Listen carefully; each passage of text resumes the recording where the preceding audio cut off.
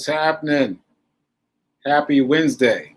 So today is Wednesday. It's the 8th day of September. This is the 68th episode of the Be Your Own Hero Show. I'm your host. I'm sekouwrites. Hero is an acronym. It means helping everyone reaps optimism. In other words, it's reciprocal action. Okay, let's get into it.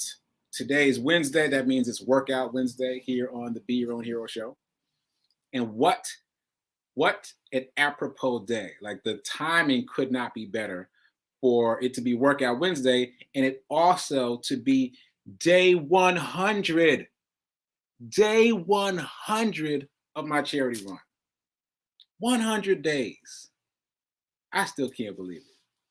I can't believe it. So I don't even know what you guys are thinking, but I can't believe it for myself. Anyway, I'm going to talk about that a little bit. So I'm going to start with the definition. So Merriam-Webster defines perseverance as continued effort to do or achieve something despite difficulties, failure, or opposition. Let me tell you, this charity run for me has been the definition of perseverance, because there have been difficulties. There has been opposition, mostly internal, by the way. Most of the opposition is internal. That phrase that you hear all the time when people say, you're your own worst enemy. It's true. It's true. Most of the opposition has been internally. But also, there have been many failures. And because I've listened to people talk to me about what I'm doing, I understand that there is no sense of awareness of my failures, which I find fascinating, because I feel like I talk about my failures all the time. But externally, they're not perceived that way, which is really interesting, because I think externally they're perceived as just bumps in the road, just natural evolution, like the bricks of progress. But the reason that's interesting is because people are seeing it that way for me. But we never see it that way for ourselves when we fail. When we fail, that internal critic sparks up and the opposition sparks up, and we become our own worst enemies. But when somebody else goes through it, we're so encouraging.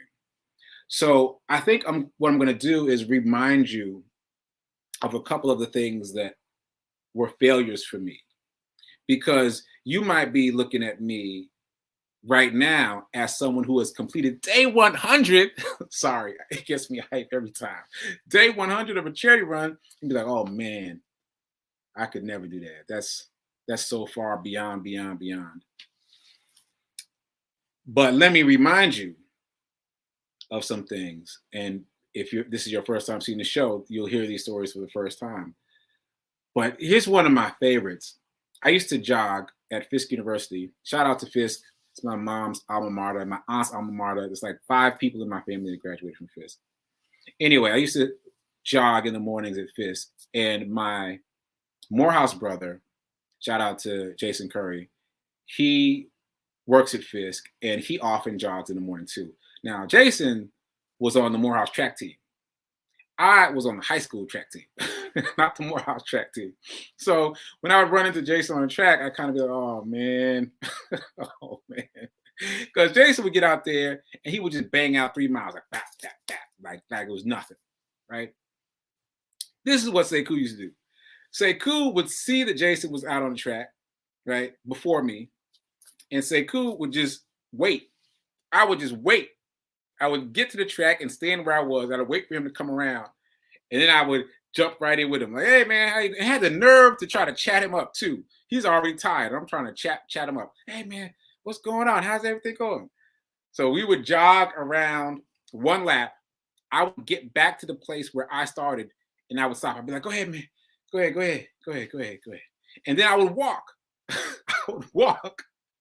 And then I would watch him to see when he was coming back around. I was like, okay, here he comes. Okay, yeah. Hey, so what's going on, man? Like I was saying, this is literally what I would do. So if Jason ran 10 laps, I would run 5 and walk 5. I'd run with him, exactly one lap, exactly to where I started, and then I would stop again and walk. That's what I did. So that felt like a failure to me. I felt like, oh man, I should be able to do better. I had already been running by this point, and I felt like, oh, I should be able to do better. I did not feel good about it. But the thing is, I didn't quit. Even though it made me feel bad, even though I wasn't proud of the fact that, that I was just tagging on to him every other lap, I didn't quit. I kept at it. And so that takes us to Black Men Run. And here's another failure story. So I saw Black Men Run on Facebook, and I didn't sign up. I just showed up. I just saw where they were meeting, and I didn't do any of the formal process. I just showed up and started running with them. So I still remember very specifically, one of them asked me, "What's your pace?" I was like, "Pace? What's my pace? I mean, I don't know." Like, and by the way, I had been running, so I didn't feel intimidated, but I just felt like, oh, I don't know what my pace is. But my pace was very slow compared to their pace, and they took off, took off, took off. It was all I could do to keep running. And that guy who asked me my pace, he made himself responsible for checking on me. So they're all gone, mind you. I can't see anybody. I could see their shirts for a while, and after a while, I couldn't see anything except the one guy. He would literally jog back towards me and then stick his head out around the corner and wait to see if I came around the corner. And then he, put his hand up, and then he'd start running again. So that's what he would do. So there were points along the way where there were cars between us, parked cars. And every time there was a parked car between us, I'd be like, okay. And I would hide behind the parked cars so he couldn't see me. All he could see was me coming, jogging out from behind the car. But as long as he was on the other side of the car, I would just wait. Say, wait, hold on. I did that all the way down West End, which is a huge street in Nashville. And then I got tired of that even, and I just sat on the steps of a bank. I still remember this. I sat on the steps of a bank on the corner of West End, and I can't remember the cross street. And I just sat there. I was like, I can't do it. I can't do it. And I like tried to text people, say, listen, man, just go without me. I'll catch up. So eventually I went back to the finish line. And by the time I got back to the finish line, these fast guys had already gotten there running. That's a whole other thing. But the point, again, is that I felt like I failed, but I didn't quit. Like, it didn't feel good to not be able to keep up, to be hiding behind parked cars. Yes, I did it. Yes, I did. To sit on the steps of a bank and try to catch my breath. It didn't feel good, but I didn't quit. And do I have time for one more? I got time for one more. So here's another one of my favorites. So Black Men Run met up with another group. They called themselves East Nasty Running Group. And they were fast. They were very fast and also very organized. And yeah, they say they have all levels, but their all levels are different. I was like, no, we got all levels. No, they are fast. So they held up signs for the different paces. Back to pace. What's your pace? You got to know your numbers. So they'll hold up a sign, like 7-minute mile. Okay. Definitely not me, right? 7, 8, 9, 10. They've got all the signs. So I'm looking for something that's about in my range. Like, now I have a sense of pace. I feel like I'm around 11, 11, 12-ish. I'm in that space. They don't have a sign that says 11 and 12. They have a sign that says 10 and over. If you run slower than a 10, you just get in this group. And I didn't feel good about that. I was like, I don't want to just be lumped in the big group, the big slow group. Mind you, that was my plan. My plan was keep it easy, stay at the back of the pack, don't push yourself. But when they had held that sign up, I was like, no, I can't do it. I can't do it. So I went out with the second group, the second fastest group. So I don't even know what that pace was. I think it might have been maybe 7 and then 8. So maybe I went out with the 8-minute mile people. Almost killed me. almost killed me, right? But I stopped. I stopped. Like I literally stopped and did a walk break. I should not say that I stopped. I did a walk break. I didn't know it was called a walk break at the time, but I did a walk break. Someone, the person I was following, I did not know her, but she stopped and started walking. So I stopped and started walking. So I did a walk break. And then I just decided I'm just going to walk the rest of the way. I'm going to walk the rest of the way. And when somebody from the group that I was going to join catches up with me, then I'll run with them. But what happened instead is somebody came running past me who I didn't know. And all she said was, so close. And she could barely get it out because she was huffing and puffing. All she said was, so close. And I was like, oh, I'm almost at the finish line. Let me start now. And I started then, and I ran the rest of the way to the finish line. The finish line was not close. She lied to me. She lied to me. But it got me there. It got me to the finish line. And the people who were in the group that I was going to go with, the 10 and over, never caught up with me. All right. So I didn't feel good about the fact that I walked. That felt like a fail to me. But that ended up being my fastest 5K time at the time, even though I took the walk break. So it felt like a fail to me. But then when I looked at the time the next day, it was fast. So I learned things. I learned that I could take a walk break and still get a faster time if I start out fast. Even if I stop in the middle and I end slow, if I start out fast. So what's the point?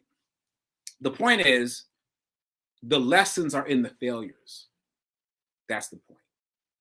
The lessons for me in this charity run have always been in the failures, not in the successes really, but in the failures. I've learned from failing and not quitting, having perseverance. And as I persevere, I fail more, I learn more, I go harder, I keep trying, I fail more, I learn more. That's been the process. The thing is, you can't get the lessons from the failures if you're not doing something. You got to do something. And this part is about you. You got to do something. Don't just watch Sekou and be like, yay, Sekou, day 100. Nope. What about you? What about you though? You got to get moving. You got to do something. You got to challenge yourself. So decide to do one small thing for 30 days. And I mean small. Like I was talking about this with a friend of mine and we were talking about push-ups. He said he was going to do 100 push-ups a day. I was like, let's start with one. Commit to one push-up per day, but commit to doing it every day for 30 days. So one push-up, one lap around the living room, one walk up and down the driveway, one salad, one whatever. Whatever it is, make it small, super small and manageable, and commit to doing it every day for 30 days. That's the hard part, the 30-day part. So therefore, keep the thing small, keep it tiny and attainable and easy, but do it for 30 days. So you can start to rack up some failures, so that you can start to rack up some lessons, so that you can start pivoting and growing for yourself. And you'll have all these stories that you can share with other people about how you failed and it felt like a failure, but actually it was a success. So that's what I got for today on my 100th day of running at least a mile or more. And then I don't know what happened to my time. I shouldn't have done that extra story. Now my time is up. Oh shoot. Let me figure out what I have to say. Okay. I can save that for tomorrow. I can save that for tomorrow. All right. I'm gonna roll the rest of it over to tomorrow. The hero update I roll over to tomorrow. So I'm just gonna end with what I just said. Just commit. Don't just commit to watching Sekou. Don't do that. Don't just vicariously try to live through me. Do something. Make it small, make it manageable, and do it every day for 30 days and report back. All right, so I'm going to go and get ready for Sip with Rev Melissa. I don't even have time to check the comments, but I see some comments have popped up. Thank you for watching me live. If you missed me live, you can watch the replay right after this on Facebook and on YouTube. So keep doing, be a hero, be your own hero.